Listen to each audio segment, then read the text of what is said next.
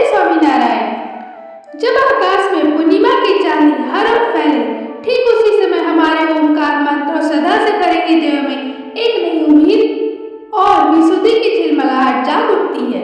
माघ पूर्णिमा वह पावन रात्रि है जब धरती और आकाश, भौतिक और आध्यात्मिक सब कुछ मिलाकर एक दिव्य संगीत रचते हैं। इस रात चंद्रमा की पूर्णता, चांदी की शीतलता, शुद्ध मन और भक्ति भावुक आत्मा सब कुछ एक साथ मिलकर आत्मा को स्वच्छता, शांति और पुण्य भावनाओं को आलोकित कर देते हैं। मार्गशीर्ष मास हिंदू धर्म में अत्यंत पवित्र माना जाता है। इस मास में शिव, विष्णु, लक्ष्मी देवताओं की आराधना का विशेष महत्व होता है। पूर्णिमा के दिन यानी जब चांद पूर्ण रूप से दिखाई देता है, वह रात भी अत्यंत पवित्र माना गया है। इसलिए मार्गशीर्ष पूर्णिमा के घर की गई पूजा, स्नान, दान सबका पुण्य फल कई गुना माना जाता है।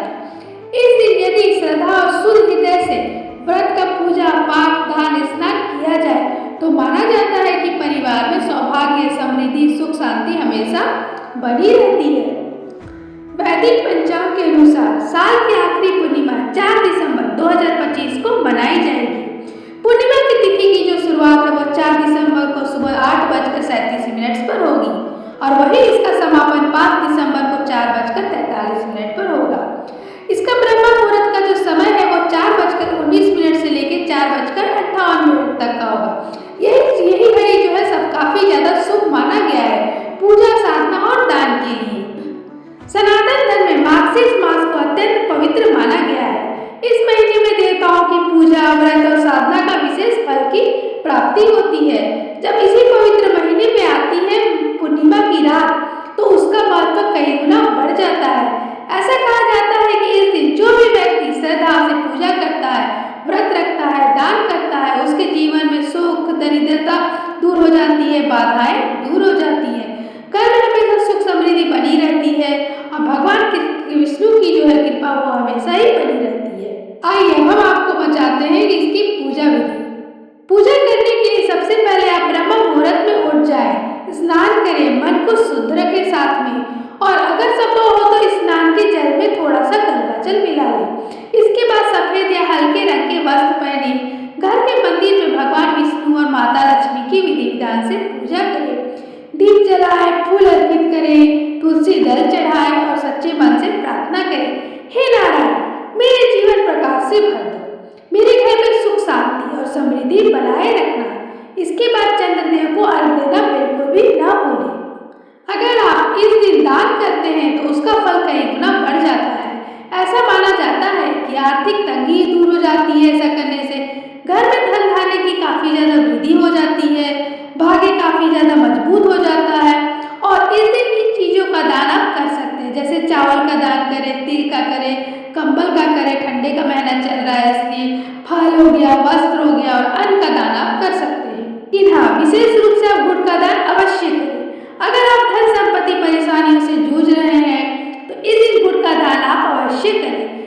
मंदिर हो गया, गरीब या जरूरतमंदों में गुड़ का दान कर सकते हैं। ऐसा करने से आपको धन की लाभ होगी, रिश्तों में काफी ज्यादा मिठास होगा, जीवन की जो भी कड़वाहट है वो समाप्त हो जाएगी। और गुड़ सिर्फ मिठास नहीं होता है, यह आपका सौभाग्य का प्रतीक भी माना गया है। मार्गशीर्ष पूर्णिमा के दिन गंगा स्नान का काफी ज्यादा महत्व होता है। ऐसा माना गया है कि इस दिन गंगा स्नान करने से जन्म जन्मांतर के पाप नष्ट हो जाते हैं, आत्मा पवित्र हो जाती है और पावन अवसर पर लाखों श्रद्धालु गंगा में आस्था की डुबकी लगाते हैं।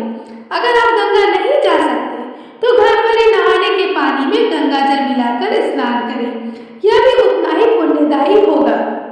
मार्गशीर्ष पूर्णिमा के दिन अगर आप तुलसी माता के सामने तुलसी चालीसा का पाठ करते हैं तो माता लक्ष्मी काफी ज्यादा प्रसन्न होती है। तुलसी के पौधे के पास एक दीपक जलाएं और श्रद्धा से चालीसा का पाठ करें। ऐसा अगर आप करते हैं तो इससे क्या होगा, घर में आपके धन की वृद्धि होगी, सकारात्मक ऊर्जा आती है और दुर्भाग्य दूर हो जाता है। इसलिए कहा गया है मार्गशीर्ष पूर्णिमा और तुलसी चालीसा का जीवन को बना दे सुखों का प्याला। मार्गशीर्ष पूर्णिमा की यह रात सिर्फ पूजा पाठ की नहीं है, यह रात अपने मन को शुद्ध करने की, अपने कर्मों को सुधारने की और एक नए जीवन को शुरुआत करने की भी है। इस दिन बस सच्चे मन से कहिए, हे विष्णु भगवान, मेरे भूलों को क्षमा कर